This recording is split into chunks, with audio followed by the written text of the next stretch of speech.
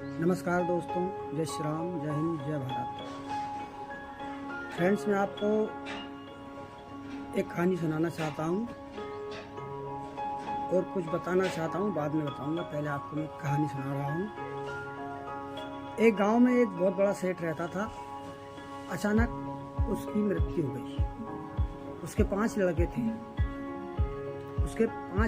थे और एक लड़की थी।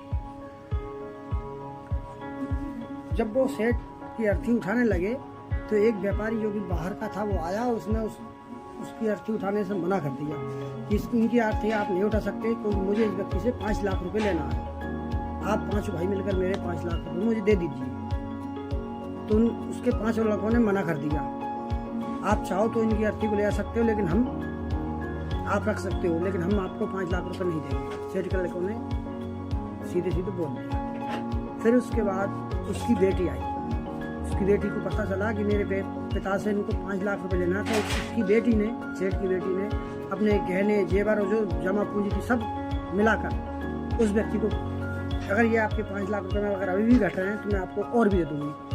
तो उस व्यक्ति ने वो 5 सामान रकम, जेवरात और पैसे लेने से मना कर दिया। वो कहने लगा कि बेटी, मुझे ये पैसे और ये रकम तुम्हारी नहीं चाहिए।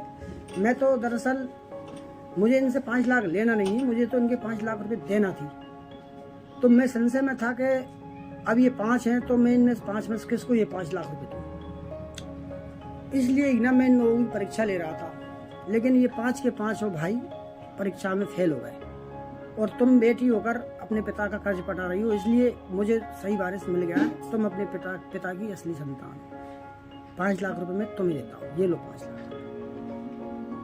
तो मैं ये कहना चाहता हूँ कि आप लोग इस ज़माने में आज जो देखो वही बेटा के पीछे भागता है। तो जब भी समय माता पिता के ऊपर बुरा आता है तो बेटे अक्सर इस ज़माने में, मैं सब बेटे को एक से नहीं कह रहा हूँ, सब एक से नहीं है, 5 उंगलियाँ बराबर नहीं होती, लेकिन अधिकतर बेटियाँ, मेरी नज़र में बेटियाँ अपने माता पिता से ज़्यादा प्रेम करती हैं। वो बेटियाँ ही होती हैं जो अपने घर आने के बाद दौड़ कर एकदम से अपने पिता, अपने माता, अपने भाइयों के गले लग जाती हैं।